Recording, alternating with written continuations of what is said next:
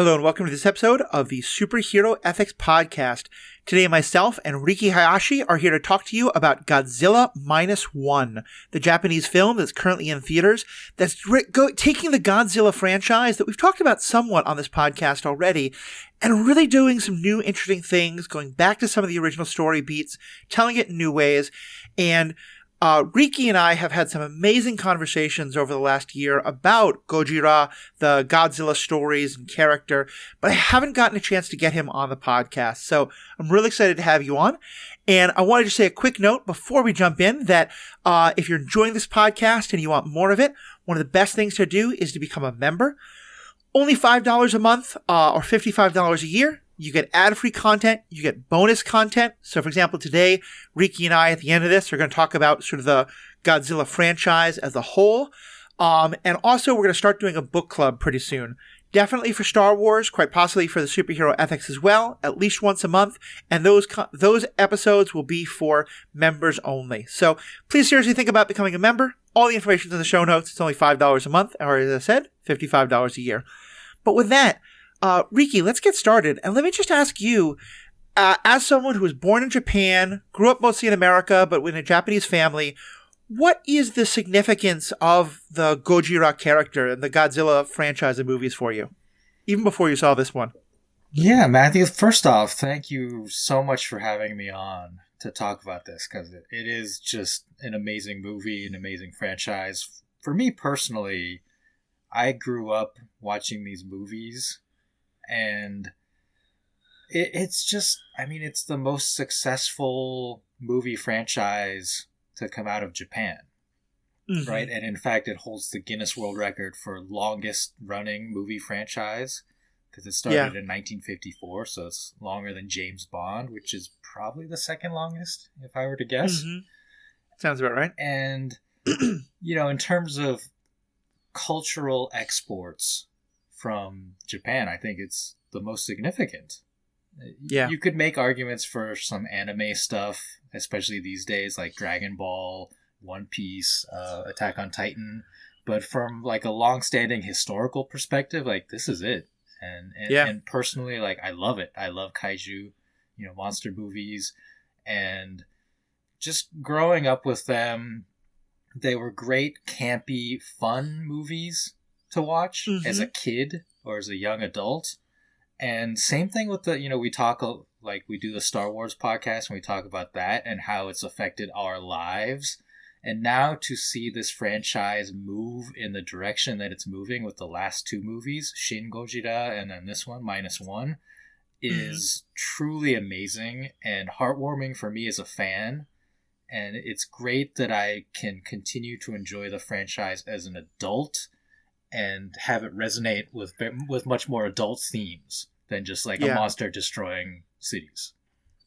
Yeah, there's a couple things I want to talk about from what you just said. First of all, just on the cultural significance, you know, it's funny to think how much the Godzilla name, which is funny, which isn't as you picked up, but just to kind of make clear, the word in Japanese is Gojira.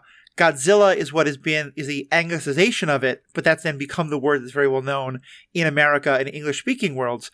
And that name, like, we did an episode on the Star Wars, the Clone Wars episode called The Zilla Beast, which is very clearly a Godzilla story. You know, think about terms like Bridezilla and Groomzilla and like the Zilla, you know, application to all sorts of different things is very common in our community. That's all out of these movies. To signify like a monster.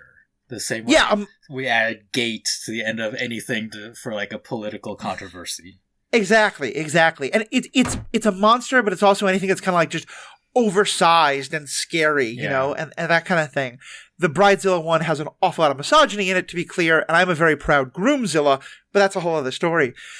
But also, what you said, it's funny to me because I'm sure there's some stuff that's in the middle, but I feel like there's kind of two distinctly different sets of Gojira movies that are out there.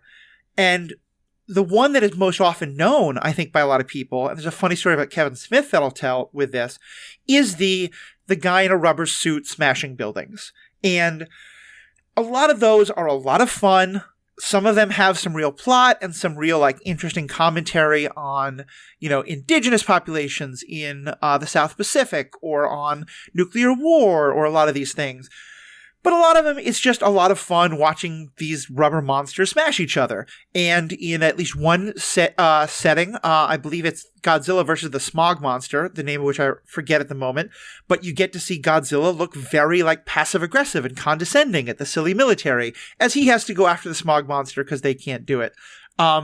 Really fun, really silly.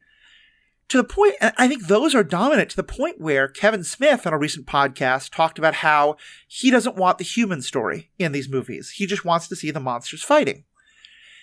And I bring that up because he has now recanted that and said after this particular movie, he's like, oh, okay, now I get it.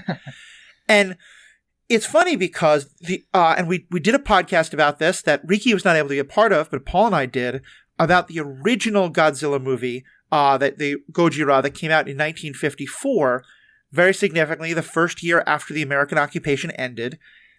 And it's really this heartrending story of and metaphor of Japan coming to terms with the nuclear horror that they went through and the war and America and all that. And it's this searing piece of social commentary wrapped up in a monster movie, which if you also look at things like Invasions of the Body Snatchers and stuff like that, horror and monster movies were often in the 50s the place you could get away with that and get around government censorship and all that kind of thing. Mm-hmm. And so, yeah, I love that, the rubber monster movies are fun, but with this and with Shin Godzilla, it really feels like it's a return to that older tradition of, the monster fights are fun and the monster in this movie is great, but let's really use this to dig into some difficult ethical and moral and questions about war and monsters and violence and nuclear power. Yeah. To be clear, I mean, this Minus One is very political, right? Like, the message is pretty clear. But, for any fans out there who are like, why do they have to make Godzilla political the same way they do with other franchises? That's silly. It's always been political. The commentary has been written into the franchise since the very beginning, as you said, regarding the horrors of nuclear weapons. And I don't know if you talked about this on the podcast. I apologize. I haven't had a chance to listen to it. But it's not just the atomic bombings. It was very directly influenced by an atomic bomb test that the United States did in the Pacific, that the fallout affected a ship. It was called the Lucky Dragon number 5. I can't remember the Japanese name for the ship. But you talked about that ship. Yeah, and how just to be very clear, that the name of that ship is the name of the ship that is the first damaged in the movie itself. Like, they were not pulling any punches. And it's the test at Bikini Atoll that they're talking about, which is also the test mentioned in this movie. Yeah, and you mentioned the Smog Monster is Hedorah, Godzilla versus Hedorah. That's right. Very clearly a 1980s message about the dangers of pollution. Air pollution and kind of like the sludge pollution that was becoming an issue. There have been Godzilla movies where the monster, Godzilla itself, is said to be the spirit, kind of like the vengeful spirit of Japanese soldiers who were abandoned in the Pacific. And I believe maybe soldiers and civilians who were affected by the war, by the Japanese Imperial War. So it's always been political. It is just a fun, you can watch them as fun monster movies. But the directors have always tried, in my opinion, to maybe not hide, but layer these messages in. Shin Godzilla, the previous movie to this one, had a very clear political message about bureaucracy, and it was a criticism of the Japanese government's response to the Fukushima nuclear disaster, and it just depicts the government in a very incompetent, bumbling way.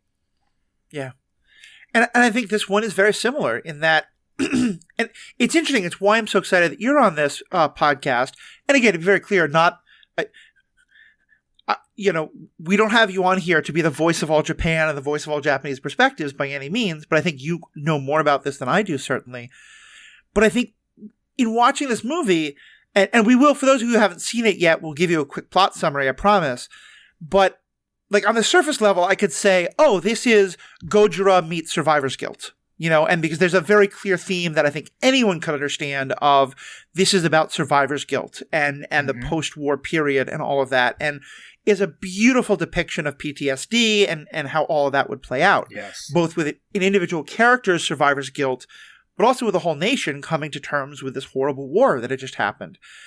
But also I know that, in doing more reading and the like, that there's also a lot of specific commentary, both historical about, the American occupation that was happening at the time and the Japanese government under the American occupation, but also that, because in the movie, the government doesn't really do anything except try to cover this up and try to not let people panic.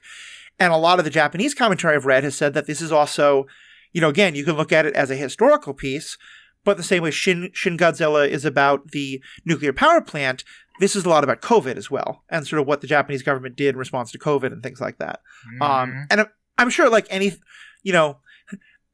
in a world where Ronald Reagan can think that Bruce Springsteen's Born in the USA is on his side, I'm sure that this is one of these things that, any political movement can twist enough to say it's supporting their political cause. Yeah. But it's really interesting to dive into. Let me give a quick quick plot summary, and then let's dive into some of the stuff we're talking about here. Let's go. So the movie opens with a young pilot landing on Odo Island, where there's a small airfield. And a lot of this movie is clearly making reference to the original. Odo Island is the first place that the Gojira attacks in the original 1954. We learn that he was a kamikaze pilot, that they're actually, he landed here, he claims, because there's something wrong with his plane, but that actually there wasn't, that he just didn't want to die, and he didn't want to go and be a kamikaze.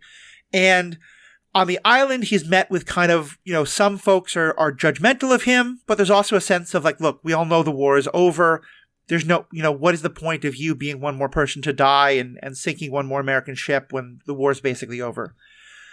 And he's with these mechanics, and while he's there, the Gojira monster, a much smaller version of it, but does attack, and he is ordered by the mechanics to get into his Zero fighter and shoot the monster with the 20mm machine gun that the monster has.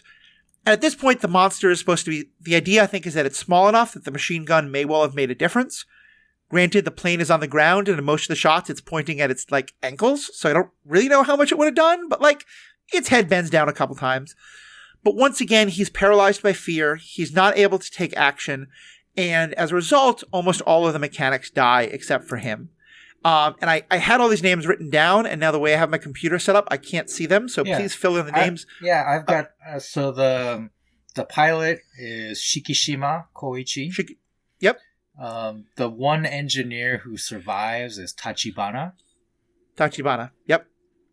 And he makes in the next morning, Tachibana makes very clear that he kind of thinks that, Shinosaki, I'm sorry, say that first one again, Shikishima, thank you. That Shikishima was a coward once again, and that all the people are dead because of him. And in a very kind of powerful, but again, not overdone the way it often could have been, gives him this little folder with all the pictures of the mechanics who died and their families.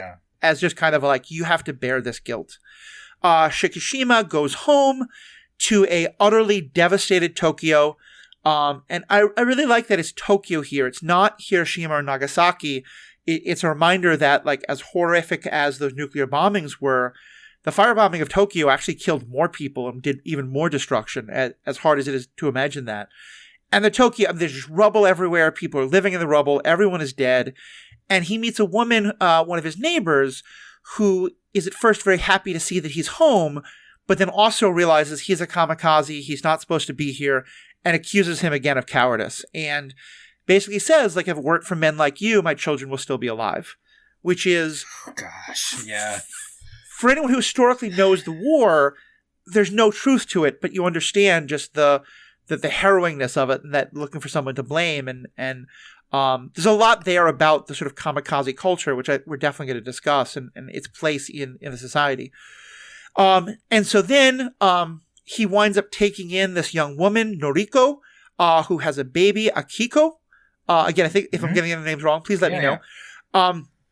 And they kind of become a family. And he never sort of crosses the line into romance with Noriko, although it's clear that it's open to him, in part because he is still carrying all of this survivor's guilt and this feeling like he shouldn't still be alive and that all these people are dead because of him. And we get over the next couple of years in couple of quick scenes, like pictures of the nation slowly rebuilding. And the neighborhood kind of slowly cleans up, but there's still a lot of refuse. We're given reference to the American occupation, but it's never seen. We never see American soldiers on street corners, even though that would have been very common. And I think that's a very pointed choice by the movie makers that we'll get into in a second. Mm-hmm. And then, of course, the Gojira monster begins attacking again. There's discussions about how to kill it. He winds up being out on a boat, trying to get rid of all the mines, which is another kind. If you think about today, one of the biggest sort of justice issues is all of the mines that have been left behind in Korea, in Southeast Asia, in parts of Central America. And here we're seeing again, all these mines were left, and the Japanese, want to be able to fish, want to be able to have shipping, but all the mines have to be taken care of. It's very dangerous. And he assembles this great group of people, the sort of crusty old captain, the doctor, things like that. We get a couple of other great scenes of Gojira attacking and trying to figure out how to deal with it. And the American occupation says they're not going to get involved at all. Douglas MacArthur says that he's not going to do anything. It's in 1947 when the Cold War is really just kicking off, and the Americans claim they're too busy with the Soviets. The Japanese government also seems to say that it can't do anything, and so a group of civilians have to come together to try and fight Gojira on their own. They come up with a great scientific way to defeat it. They're going to surround it with Freon and make it drop to the bottom of the ocean and then rise it back up with the hope that compression and the decompression will kill it. But Shikishira isn't sure that this will happen. He winds up reaching out to that mechanic again to say, hey, look, I need your help. And the way he convinces the mechanic to help him is by saying, I will finally be the kamikaze that I was supposed to be. That he's going to load up his plane with bombs, as would have been done. That was the whole idea with the kamikaze planes, and fly it into the open mouth of Gojira in the hope that that's what will destroy the monster, because so many other things haven't. And it's a really beautiful scene, and it left me at least really not knowing what I wanted to happen or what would happen. I mean, I think the film does a very good job of kind of leaving you in suspense about where you're supposed to be feeling this, because on the one hand, there's the feeling of he is doing what he was originally ordered to do and what so many people have said he was wrong not to have done. On the other hand, at least for me, not having grown up in the culture of that, there is a whole sense of I would much rather live humbly for a cause than die nobly for it. So there's just a natural reaction I have against the whole idea of the kamikaze attack. But at the end, and again, big spoilers, we find out that the mechanic, on his own volition, without being asked by Shikishira, who was ready to die, builds an ejector seat and sort of gives him the possibility of you don't have to be a kamikaze, you can live. And in this just beautiful moment of that kind of, first the mechanic gives him that permission, and then in kind of everything works out ending, we had thought that Noriko was dead, but it turns out she's alive. And she kind of gives him a final absolution and asks him, is your war finally over? And that's where I just started sobbing, because it's a beautiful, beautiful moment. And the movie ends with Gojira dead and everyone living happily ever after. And then, of course, the last scene that somewhere under the bottom of the ocean, Gojira is healing. So we can have more of these movies. I think I got most of the plot. Or is there any big things I missed? Plot-wise, no, I think you covered it well. I just want to mention some of the additional characters. Kenji Noda is the former naval technician who's the scientist character with the crazy hair who comes up with the idea. The captain of the mine-sweeping boat is Akitsu Yoji, although most of the characters just refer to him as Captain. I had to look up his character name. But he's a fun character, probably one of my favorites in the. I mean, they're all amazing characters. There's also a young crewman on the minesweeping boat, Mizushima, who represents like the next generation for Japan. And specifically, like, they call out that he was too young to fight in the war.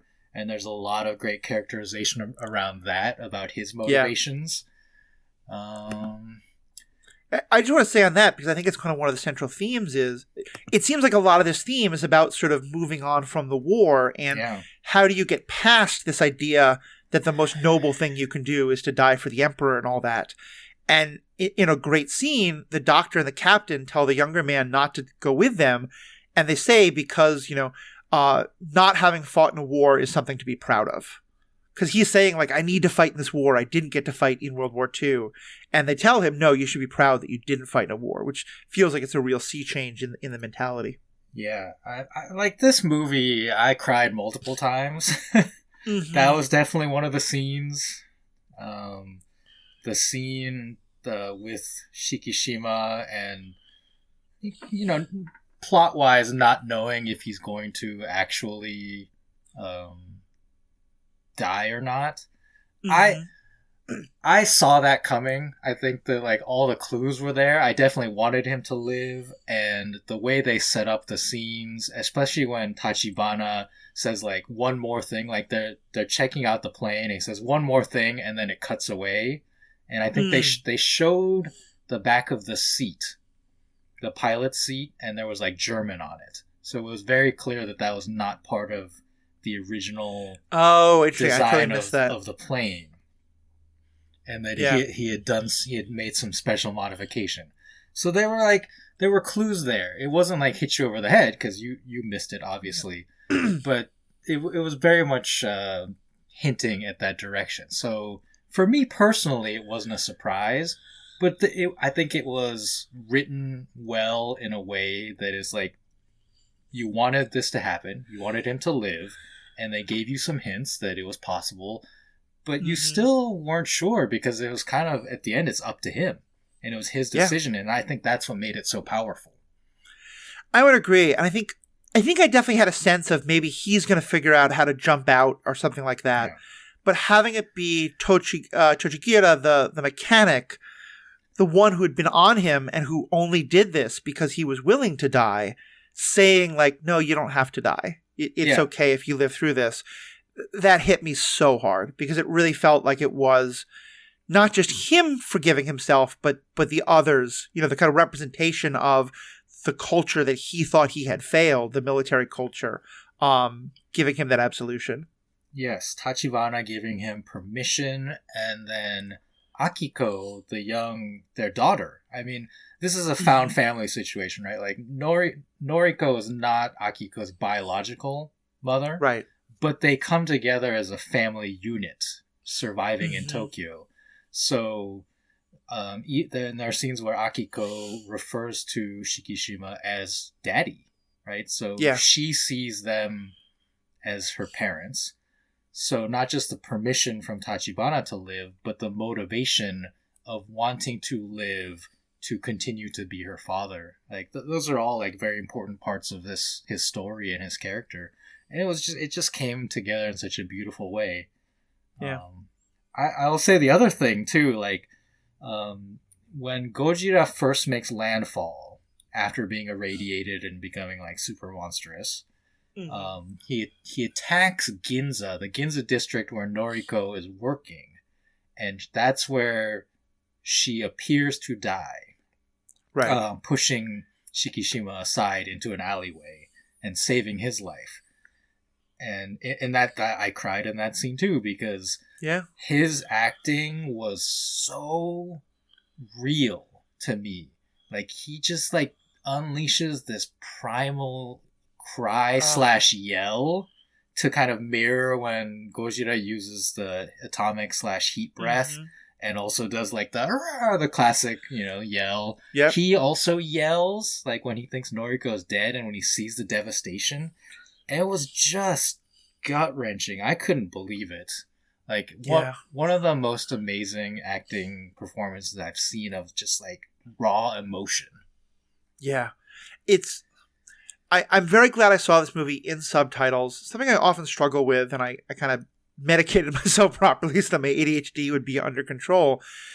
And I think that, I think dubbing can sometimes work, and dubbing's gotten a lot better, but getting to see the original, I don't speak a word of the language, but the acting performances still came across so well, and in ways that were just, I thought, he was amazing, so much, and it's kind of funny, I'm not even getting into the politics of Hollywood and the Oscars, but when Oppenheimer came out, I do think Oppenheimer is a phenomenally good movie, and it's not about what a lot of people seem to think it's about, that it's not just about the atomic bomb, it's much more about his life in specific.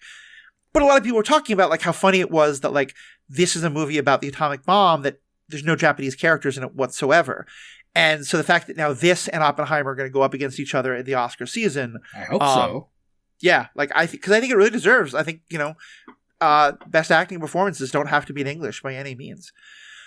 Yeah. Let me quickly, the actor's name, Shikishima's actor's name is Ryunosuke Kamiki. So just want to shout out his name. And then follow up real quick. What I was saying about the Ginza attack scene, I actually suspected that Noriko was still alive. So even that to me was not a surprise. Okay. Mostly because, we talk superhero ethics. We talk about the concept of fridging, right? Where that is when in a lot of comics from the 80s and 90s, female characters would die or suffer some horrible injury or something in order to motivate the male superhero character to, attack the villain or whatever. And so when Noriko appeared to die in the Ginza attack, I kind of had, I was sad. I was devastated. Yep. But I had, in the back of my mind, I was like, that's kind of a bad fridging job. Yep. But the movie is so good, and the hype around the movie was so strong, that I was like, no, I don't believe it. I don't think they actually fridged her, because that would make this a bad movie. So I kind of had faith, in the production. So yeah, it was a weird, she actually survived. But did you notice? I didn't, but I read about this after, because I wasn't watching her in that scene. I was bawling my eyes out. But apparently, on the back of her neck, there's some movement to suggest that she has been irradiated. There's debate about this because the movie doesn't make it clear that she's been irradiated and or been infused with Godzilla DNA. Oh, did you see this? Because I did. I need to watch it a second time. All. I was watching everything. Everything I was reading was all about the history and the Japanese culture and stuff like that. So no, I didn't see any of that. But they clearly are setting up a sequel. So they're like I said, there's debate in the fandom. It could just be radiation poisoning, but it was visually weird enough that some people believe that it's Godzilla DNA infused her, and that's why she survived. So I don't know what's up. That. Yeah. Who knows? Couple of the quick things I want to point out. Just in terms of the Ginza, again, this is very much, I feel a reference to the original movie. It's in some ways, it's a prequel because it's happening beforehand, but a lot of the exact same things happen. And also, the first thing I'd read said that the name -1 is supposed to be because it's a prequel to Godzilla. That's not actually true. The director and writer have both gone on record of saying it's because if you think of Japan rebuilding at being at point 0, it's that after the war they were at -1, because the idea being that Japan wasn't even ready to start rebuilding yet because it was still wrestling with the ghosts of the war and the past and the survivor's guilt and all of that. So I thought that was a really nice explanation of what the name is about. But the Ginza attack, Ginza is what's attacked in 1954, and there was a number of specific moments that happen exactly as they do. Godzilla picking up a train in its mouth and sort of shaking it around, which is how Kamiko is first endangered. And also there's a beautiful scene in the original movie of these reporters standing on the top of a building telling the story to the listeners on the radio of what's happening. as their own lives are becoming endangered, and they eventually all die when their building is attacked. And pretty much that exact same scene happens in this, which I thought was just in the later movies, the press often becomes the enemy. It goes back and forth. The press is sometimes the enemy, but often there almost becomes a kind of a cast that you have to have the young military guy who's disillusioned, the girl who he is flirting with and who has some part to play, the old man scientist who's a little crazy but has some good ideas, and the reporter. And sometimes the woman is the plucky reporter, and sometimes the guy is, but those parts are always there. And so it was nice to see, again, that homage to the reporter characters. And just that, it again, made me cry because they're scared out of their minds, but they're doing their job of trying to make sure everyone knows what's happening, even as they're about to die. Mm-hmm. I want to start getting into some of the deeper meanings of this. And it's very interesting for me watching this as someone who it's clearly it is a part of a conversation that I haven't been part of. And so let me kind of just give a little bit of my background in terms of my understanding of kamikaze and this part of the culture, and then kind of straight from you, because growing up, I think, it was the 80s and there was still an awful lot of racism about Japan. I mean, there still is, to be very clear. But, this was the time when Japanese industry was really threatening American industry, again, in the way it was posted. And so there's an awful lot of racism. And I learned about kamikaze and just Japanese soldiers and bonsai and all this as this sort of there was a strong degree of the noble savage, the Rousseau idea, as well as this idea of the kind of Western idolization of Eastern mysticism, and that the Japanese old man on the mountain who would always give you great wisdom. And that a part of it was this lack of, it could be treated as the Japanese were so crazy because they were so willing to die for their cause. Or it could be look how awesome Japanese were. They were so fanatical. They were so dedicated. If only we had that in Westernness. And so much racism obviously tinged around all of this, but that was what I learned about kamikaze, the whole idea of the kamikaze, as well as that it was all taking place after the war was basically over, and the whole thing was just an exercise in futility. A lot of this was also taught in the kind of American justification of the atomic bomb, in that, Japan would fight to the last man, and so we had to do this because or else millions of Japanese would die, millions of Americans would die in an invasion, etc., etc. And since then, I've learned to unpack a lot of that and understand it more as culture. But I'm curious for you.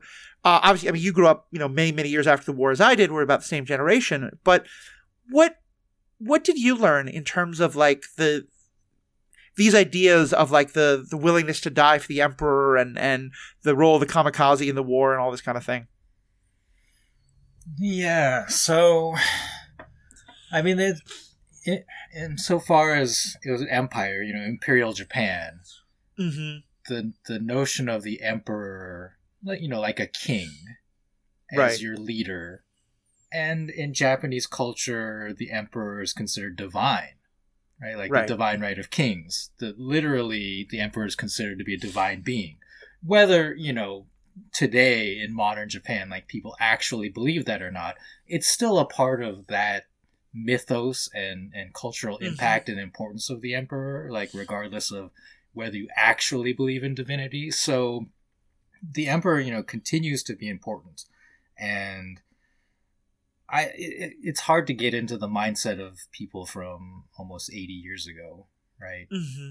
But it's understandable, I guess, not in a way that I would believe in, but that if you have this culture that props up the emperor as a divine being, and that people would do anything to save their country, to save their emperor, it's very sad and tragic. And I think that's the reckoning that this movie is trying to have with Japanese history, and a lot of people are trying to have. And yeah, so it goes to the divinity of the emperor, and also the Bushido, the samurai code. Mm-hmm. Samurai didn't exist anymore at the time, but even today, to this day, samurai is considered a very important, historical and cultural thing in Japan. So even though like samurai as a class didn't exist, people carrying around swords or anything, that ethos, just like, I think the Knights of Camelot, that's the comparison I make for Western cultures, is like people see that as like an ideal, like we should aspire to be like the Knights of Camelot in terms of honor and like fighting for what we believe in type of thing. Samurai very much like occupy that space in Japan. And so like the Bushido culture like placed a high value on honor and even death in service of honor, or the idea that if you acted dishonorably, you should die, right? The idea of seppuku, ritual suicide, was often that if a samurai acted dishonorably, they then like agreed to subject themselves to seppuku, to kill themselves because of it. And for you and I think we value life and think that that's not the correct thing to do, but and we make our judgments. We judge people, but I want to make it clear, like I think it's understandable how if you grow up in a culture like this with these traditions, with these ideals of the samurai Bushido way, that young men could be convinced, could be lied to, in my opinion, to do this. And it's unfortunate that happened. And you're right, like I think there is racism to the narrative of kamikaze. So let me also, like, historically or just like factually, in Japan, it's actually not referred to as kamikaze, interestingly. The technical term for the units, the suicide units, was Shinpu Tokubetsu Kogekitai, sometimes, and in this movie shortened to Tokkotai. And the Shinpu at the beginning, if you change the pronunciation, can be read as kamikaze, the way you read the kanji. And so I'm not sure like where and how like that term got exported, imported, and changed to kamikaze, but it's interesting, and I kind of want to like look into that, because no one in Japan calls it that, to my knowledge. I studied this like 25, 30 years ago. I remember there was something about how, like, in Japanese mythology that, way back in the day, there had been like a fleet coming from China or Korea or whatever to invade the Japanese islands, and a great wind, a divine wind, had come, kind of like the Protestant wind that's supposed to have destroyed the Spanish Armada, that some great wind from the heavens came and destroyed this invading Armada, and that the kamikaze were supposed to be something like that. And so I don't know if that's connected to the name at all. Again, this is something I read 25 years ago, but... Absolutely. Kamikaze, like, that refers to the two failed Mongol invasions in the 1200s, I believe. 1100s, 1200s, I can't remember specifically the dates. But yeah, like, there is definitely a historical, mythological belief that the divine wind sunk Mongol fleets and prevented the invasion in kind of that Genghis Kublai Khan era. Right. And it is definitely a reference to that. And like I said, the Shinpu part of the name of the unit, there's always two ways to read kanji in Japanese, the onyomi and the kunyomi, and basically it's like the Japanese way to read it and the Chinese way to read it. So it's like the characters for kamikaze are there in the name, but to my knowledge, that's not how it's called in Japan. So again, like it's weird. It's possible at some point historically someone from the US or something said, hey, like, can you read this to me? And someone just said, oh, it says kamikaze, when actually the Japanese reading of it is Shinpu.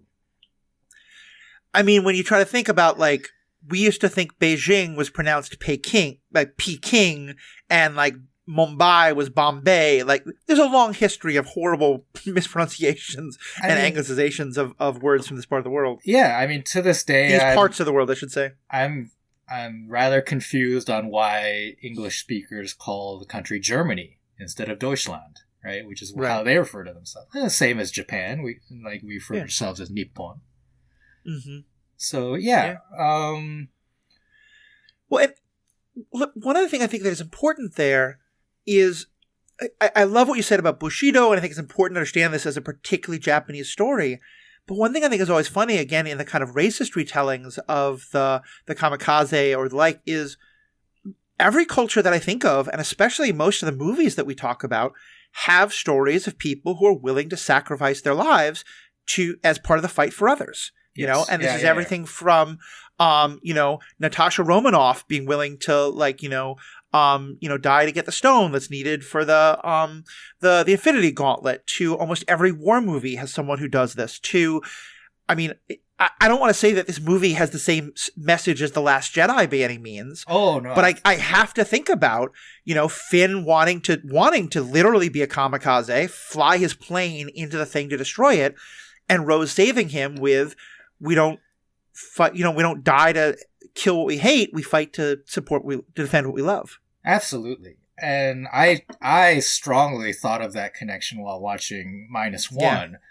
Yeah. And you and I love The Last Jedi. Yeah. But I think that scene in The Last Jedi with Finn and Rose is kind of written a little futzy, in my opinion. Right? I kind of think he maybe should have done it.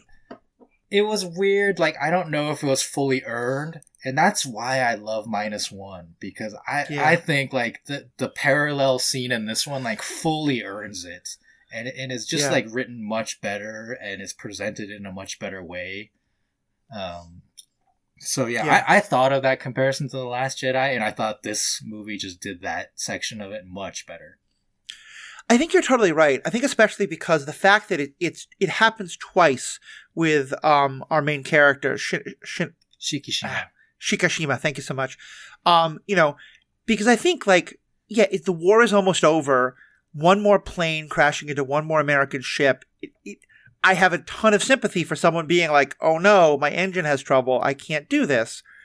But I think the movie says it, in the next scene, though, the fact that, like, he's in his fighter plane, he knows that if he fires his guns, he's going to attract Gojira's attention and probably die. He doesn't, and so the other people fire their much less effective guns, and they all die. I don't know by any means that him firing his gun would have stopped Gojira, but I think he would have thought that it's possible, and I do think that there's, like, would I have absolutely probably done the same in his situation? I probably don't even get in the plane. I'm way too much of a coward. It's not that I'm holding him in judgment, but I feel like they're sort of very able to be like, no one's really watching today going to feel bad about what he does with not being a kamikaze, but not shooting then, there is some real guilt to be had there. And so this interesting thing of the culture blames him all for not being a kamikaze when him and the mechanic are the only ones who know his real shame probably comes from what happened on that island.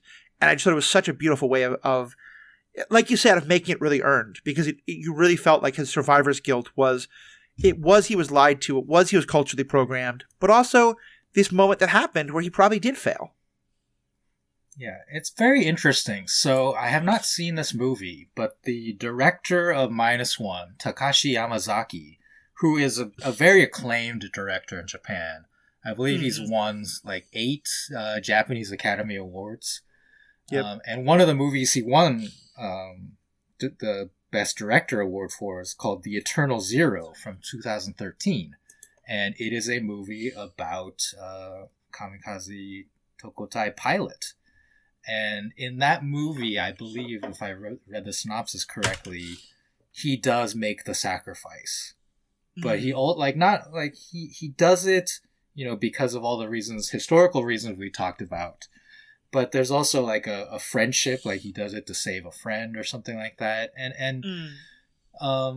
I've read there's been criticism of Yamazaki and this movie, from Japanese critics, that it's glorifying the Tokotai. Because I think culturally, like, we have reached the point where it's like, that they shouldn't have done that. Like, the government and the military shouldn't have done that, should not have asked young people to do that. And it's very interesting because the movie The Eternal Zero was apparently beloved by Shinzo Abe, the former prime minister who was assassinated, but also Yoko Ono, who, was John Lennon's wife, and who I met once. Fun story, but go on. And so those are two very different people when it comes to war. when it comes to opinions of war. Yoko Ono obviously is, was very anti-war. Mm-hmm. And Shinzo Abe, like, I'm not going to say he's pro-war. Like, I don't want to say that of any politician. But he has a very troubling history, especially when it comes to World War II. His grandfather was actually prosecuted as a war criminal for his what he did as I think a military governor in China, and he Kishi was his name. He still, even though he was prosecuted as a war criminal, became Prime Minister of Japan in the 50s, which is a whole thing. But Abe's personal history and his connection to that, like, familial connection, he has always downplayed Japan's history, like war criminal history, because, it's very personal to him. So, and I just want to jump in on that, like, as I understand it, a lot of that is today, like, the context of it today is, like, in the same way that, the American right wing wants to really be like, no, we didn't, Vietnam, like, really downplay American criminal activity. Certainly, like, they never want to acknowledge the war crimes of the nuclear bombs, but also, like, no, we were doing what was right in Central America and in Vietnam, and thus see everything America does today as, make America great. I think we are seeing this kind of thing happen all over the world, of nations wanting to kind of reclaim their national greatness and really, wash over all the crimes that all these different nations have committed and the like. And so just putting that in that larger context. Go on. Yeah. And so, like, for Abe and Ono, like, two, in my opinion, like, polar opposites when it comes to the subject of War II, both love the movie. Like, that's, you said earlier that people can draw all kinds of lessons and inspirations, personally from movies like this, and draw different conclusions about what the message is. And I think that just shows, like, that previous movie of his, The Eternal Zero, directly about kamikaze pilots, and yet, like, people drew very different ideas and lessons from it. And I think that he learned from that, from the controversy and from the criticism, and it seems much more clearer in this movie. Yeah. That he's drawing this line of, like, this was wrong. Period. And I think this is why you and I having this conversation is so important, because I imagine most of our listeners are more like me in terms of being, a couple of steps away from those conversations internal to, like, Japanese politics and culture, both then and today. But I think it's one of the interesting and possibly dangerous, but also really important parts of looking at a movie like this is a movie that I think has incredible resonance for people outside of Japan because, again, issues of survivor's guilt, of PTSD, of how do you come to terms with, post-tragedy and post-national tragedy and all this. But also it does have specific meaning in conversations that I'm not a part of. And, like, a movie that originally I thought I was going to do some coverage of but decided not to is another phenomenal movie that I strongly recommend people watch, RRR. It's a wonderful, it's not Bollywood, but it's what a lot of people think of it because it's Tamil made. So I believe it's often referred to as Tollywood. It's not even Tamil. It's another kind of subculture in that area. But it is this beautiful story of people in India fighting against British occupation. And it includes everything from, like, romance and swashbuckling to song and dance and, like, defeating the British at a dance-off instead of a sword fight at one point. And it's this incredible anti-colonial story. It's also, as I read a lot more commentary from people either in the Indian subcontinent or of that, diaspora around the world, apparently, like, it can be read as having a very strong pro-Hindi nationalism and very kind of, like, it has some very strong, like, religious iconography that often I think could be missed, that apparently, like, in an internal Indian politics conversation is making a very strong point that a lot of people really strongly objected to. And that's not a conversation I have any context for and decided not to cover, and probably would not have done this movie without you or someone else who had at least more of that background in Japanese politics and Japanese understandings, because it's, I think, a really interesting question in general about how do you approach a movie that both has a lot of universal significance and meaning, but also is making a point in a larger conversation that you might not have any idea of. Yeah, I mean, that's the beauty of art, and especially like movies, and this movie in particular, is that it can be multi-layered. And I appreciate that on a basic level, people are enjoying this movie a lot. As a kaiju movie, but as a human interest movie. A lot of the commentary I've read or watched, YouTube videos is comparing this movie to the American-made, legendary MonsterVerse Godzilla movies from the last decade or so, and saying like, look, like this Minus One was made on a budget of $15 million. That's 1.5. Compare it to, Godzilla versus Kong that probably cost like $200 million. And like most of the people are saying Minus One is a better movie. And not just because the human story is better, the CGI, the monster looks phenomenal and terrifying. Yeah. The kind of like Jaws-ish scene where Godzilla is swimming behind the minesweeping boat. I believe that's all CGI, right? But it looks... It looked as real as you can get. Like, it looked like it was a suitmation or like a model being like chasing the boat. And there's a direct allusion to Jaws in that, spoilers for a movie that's 50 years old, 49 years old, Jaws is defeated because there's like an air canister in his teeth and our hero Ray Schneider shoots it and it explodes. And they try to do the exact same thing with a mine, but here it doesn't work. Oh, yeah. Definite. Well, I mean, I can't say definite, but it felt like a reference or allusion. Just short of Shikishima literally saying, "Smile, you son of a bee." Yeah, which is the line from Jaws. And they do kind of say, funny, I hadn't even thought of it, but they do say at one point, "We're going to need a bigger boat." Oh. They don't say it those exact words. Oh my gosh, yeah, something like that, yeah. Yeah, so I just love stuff like that. It's so good. But yeah, all of it is just wonderfully done, and the human story of it is so good. And I think we've kind of mentioned it a lot, but you kind of named it at the beginning, that in this one you think the point of it is a lot clearer. What do you see as the point of this movie? Anti-war, for one. Anti-imperial war, like specific to Japanese history, like a deep criticism of the imperial government and military. And often, like, definitely, like, criticism of the decision to use the kamikaze. It is a tactical weapon. Going back to that conversation, in a lot of media, as you've mentioned, it is shown as honorable to die for a cause, right? Right. To sacrifice yourself for victory. In superhero shows and military drama, all of that, like it's shown as a honorable thing for a hero to do, and we often, like, those are our favorite moments where maybe like a secondary heroic character makes that sacrifice so that the main heroes can win, right? Right. I think the criticism, especially historically, is that a government should not make that an intentional strategy.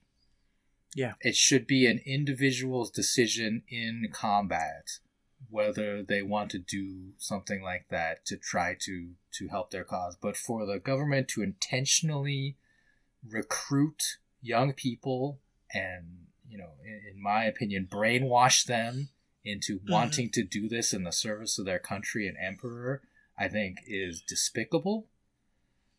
It was despicable then, the notion of suicide bombers that happened, like 9/11 and stuff, like that's despicable terrorism strategy. So whether it's terrorism or like actual military strategy in a war, I don't think like we should do that. And, we talk a lot on you and I about how terrible war is, and at a certain point in combat, people do what they have to do. Right. But, that's my opinion, is that, criticism of Imperial Japan and of that specific strategy, I think, is like the main thing I took away. I think that makes a lot of sense, and I think that was definitely what I saw, as well as a lot of real tales about how do you rebuild while holding on to ghosts of the past, you know? And that's both in terms of a nation, but also just this. I don't know. For me, as someone who's gone through a lot of tragedy and trauma, some of my own making and some of other things happening, and had large periods of life where I think like I wasn't able to let go of that, and so I couldn't move on. This story of the man who can't let, as they say it, his war hasn't ended. Like, the subtlety of the movie, the fact that Noriko, like, there's never a moment where Noriko tries to kiss him and he pushes her away. Like, it is all in subtext. But it's fairly clear, and the other characters later name it, that she's waiting for him to move their connection from kind of roommates and found family into a romantic one. And that they all understand that it's because he doesn't believe he's worthy of it. He doesn't believe his war is over. And so that line at the end of, is your war finally over? And he just breaks down in tears holding her, with I think the very clear indication that they get married later, because his war is finally over, is just, I think it's very anti-war. It's very critical of that kind of kamikaze, like raising people with the idea that their lives only have meaning in service to the emperor. Like, all of it is just, there's so many layers to it, which is really fantastic. And the criticism of the government continues on post-war. The captain mentions several times, like, he's very anti-government, and he mentions, like, when Gojira attacks, I think he says something like, well, they're just going to lie and cover it up. Yeah. Yeah. And the fact that it's not, because in the original, it is kind of a government effort that pulls everything together. Because again, I think it's that is a movie being told literally by a Japan that's 9 years away from the awful devastation of the war. And it's literally a year after the American occupation has ended. It's the first time they can talk about these things in public settings like a movie. And so I think, in a lot of ways, I think this is a very interesting remake of sort of what's Japan's view of the war 9 years after, and then now 79 years after. And you get to see a lot more reflection for that reason. Yeah, and a very strong, like, for me, like, this movie, Minus One and Shin, really, like, highlight not just a criticism of Japanese government, but a bringing up, like, a celebration of civilian power, civilian, like, brain power, and just, like, ordinary citizens coming together for each other. Yeah. In a strong way, because, like, when they come up with the plan to defeat Gojira, they say, well, the government's not going to help us. So they basically cobble together volunteers of ex-military naval shipment, right? Yeah. Like, I think all of those people were like, they fought in the war, they survived, so they all have this collective, like, survivor's guilt. Yeah. And they say, well, if the government's not going to help us, if they're not going to do anything, we have to do it ourselves.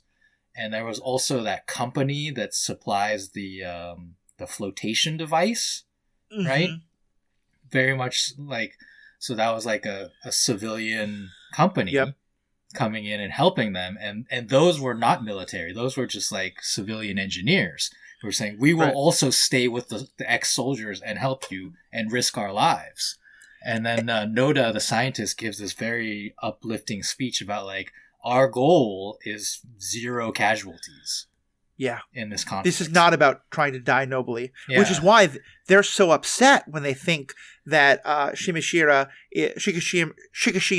is going to die, because that's not what they want. Yeah. The captain, like, curses him out when he thinks that's what he's doing. And I think also, again, it's again just how powerful this message is. In that meeting of all these, like, formal naval enlisted men and sailors and officers, the captain of the destroyer who's leading this specifically says, these are not orders. Yeah. You're asking for volunteers, and if you want to walk away, you can. And several do. And there's no shame.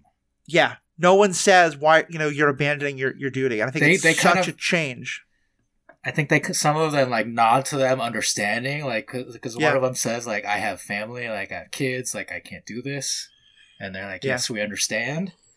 That was very powerful. And the young man, right, Mizushima, I mentioned the young man who didn't fight in the war. He's part of the minesweeping crew, family.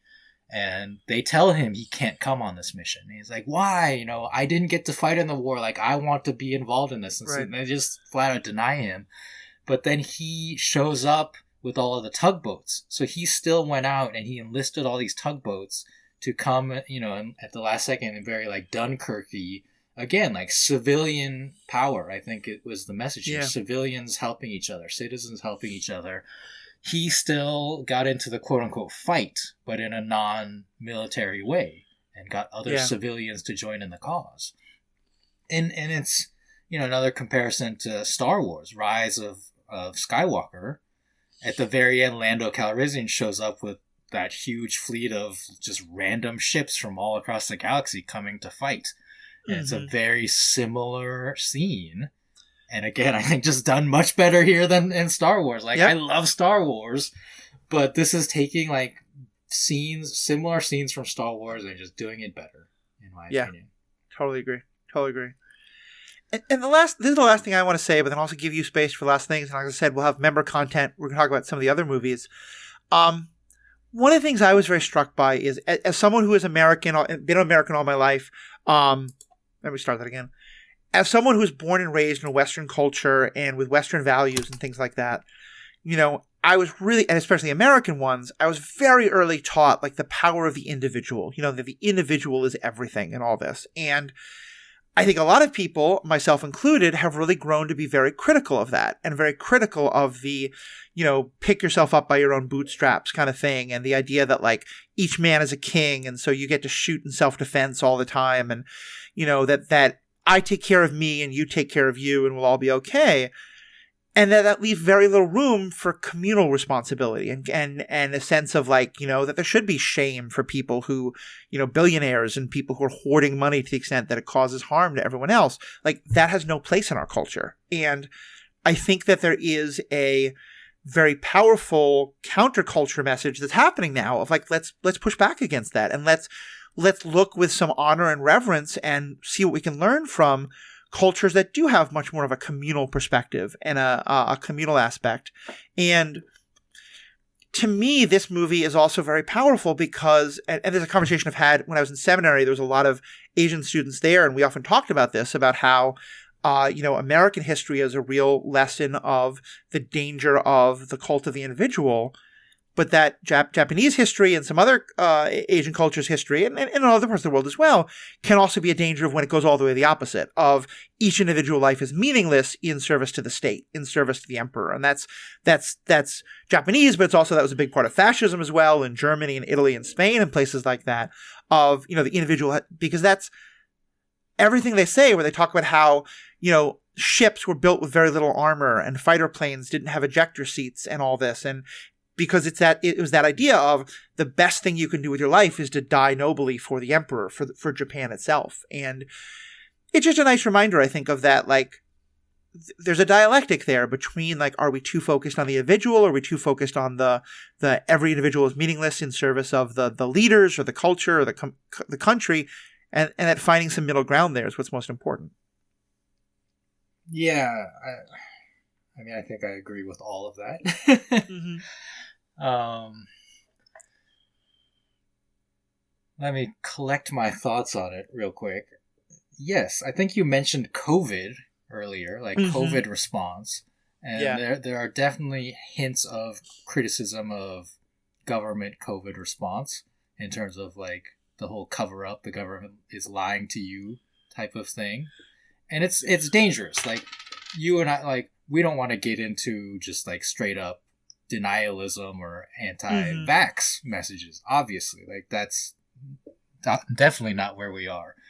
But I think we can be critical of the way that many governments downplayed COVID to obviously to the detriment of lives, like death or like severe illness.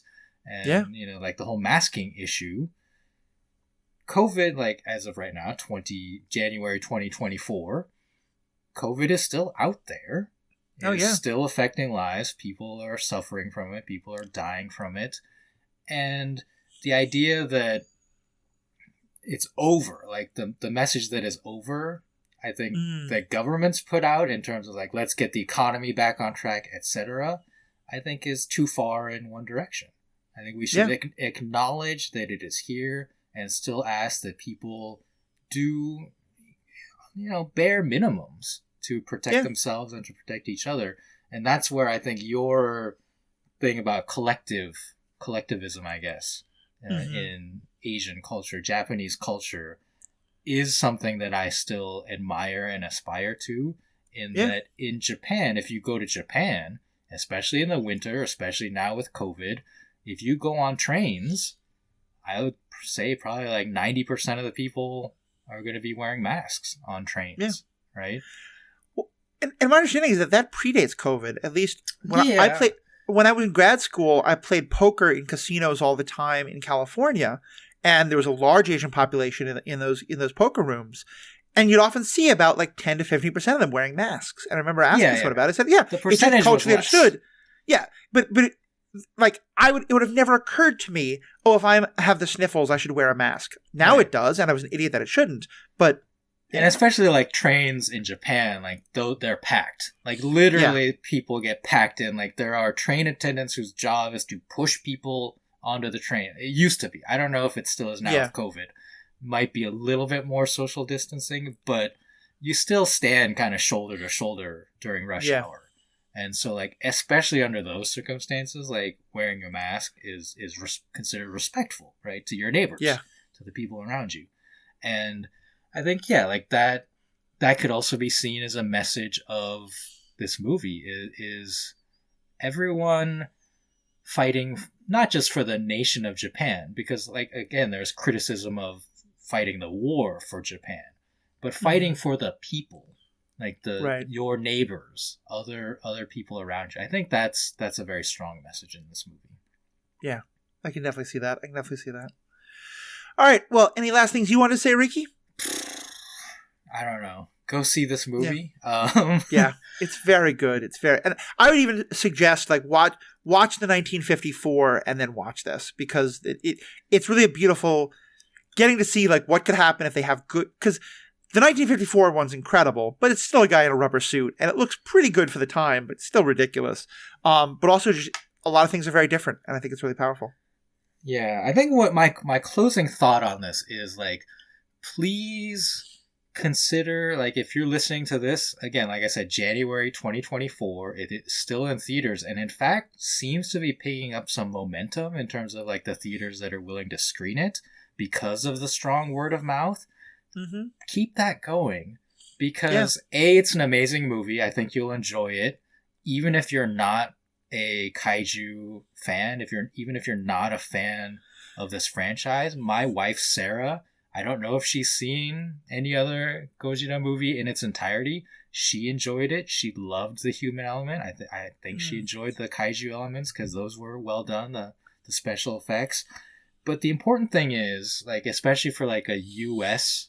audience, or worldwide, but you and I live in the US, having a Japanese movie with subtitles in the original Japanese language showing in US theaters and having success is very important, like from a culture standpoint. It doesn't mean like we have to show every Japanese movie, but I think like this, we acknowledge that this is a very good movie that I hope gets some consideration for an Oscar or multiple Oscars, and deserves all the praise and deserves your love and your money. You know, that's a very cynical way of putting it, but studios and movie theaters operate on making money, and if we show that we are willing to come out for a movie like this and pay money, then maybe we'll see more of them in the future. I mean, the good ones, right? Totally agreed. And I would just say, just the one counterpoint to that is I do think that as COVID numbers rise, there are some very legitimate concerns that a lot of folks have about going to see a movie in the theater. Yeah. I know for me, I intentionally chose it. We went at like 2 p.m. when like the theater was almost empty. But also, it will. What I'm reading is it will probably be on streaming services within a month or so, where you can pay like, $4 to rent it or $15 to own it. Owning it online being a whole other thing, but you know what I mean? And so I would just say, if you're not interested in going to see it in the movie theater, which I think is a fair perspective for COVID reasons and all, definitely look at, try to spend some money on it in one of the streaming services, or just when it gets out to DVD or Blu-ray or VHS if you're still a, old fogey like myself, or whatever you can do, because there are lots of things like that. Yeah. I mean, for me personally, representation in media, in movies is important. I say that it's important for everyone, I hope. Yep. And so movies like Crazy Rich Asians, Shang-Chi and the Legend of the Ten Rings, Everything Everywhere All at Once, like these have been culturally impactful and important movies to me to see and support as an Asian American, but specifically as a Japanese person.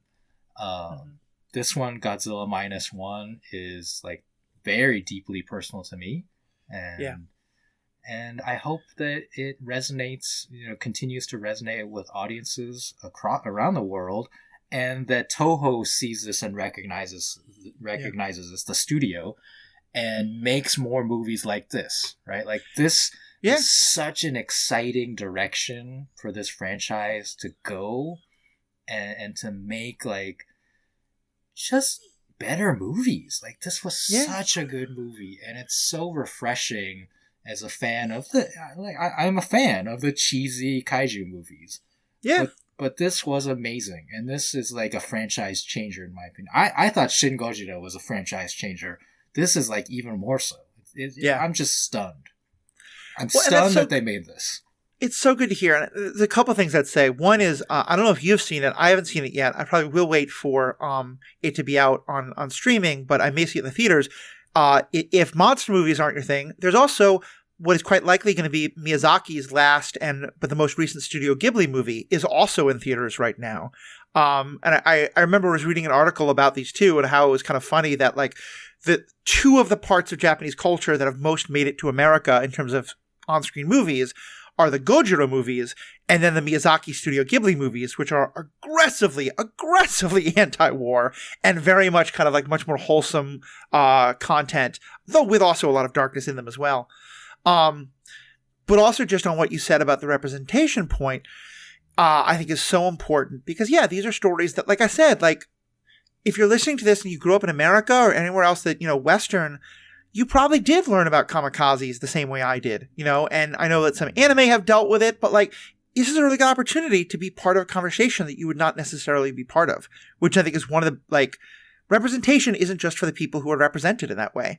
And I'll use that to do as we wrap up, a quick transition that I love hearing you talk, Riki, about how important this is to you as a Japanese person, Japanese American person, because for me, that's how I feel about the TV show Echo that just came out. And there already is an Echo episode that I put up with Will Freeland that I think was last week's.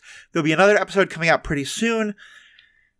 Echo is, I think, a masterclass in intersectionality because I watched it as an amputee and saw myself represented as an amputee while also seeing it as a great story about a Native American person and a person about a deaf person, two communities I'm not a part of. And it really got me into a mindset of thinking about what does it mean to be in one of these three communities, and then getting to read the stuff that natives are saying and that deaf people are saying. And then, like, I've made some great friends where, like, a deaf person will talk about how much they see themselves represented. And I'll say, like, I hope it's okay to say, but I feel as an amputee the same way. And that person's like, yes, that's awesome. And just, and even putting aside all the representation, it's I think one of the best Marvel shows we've seen.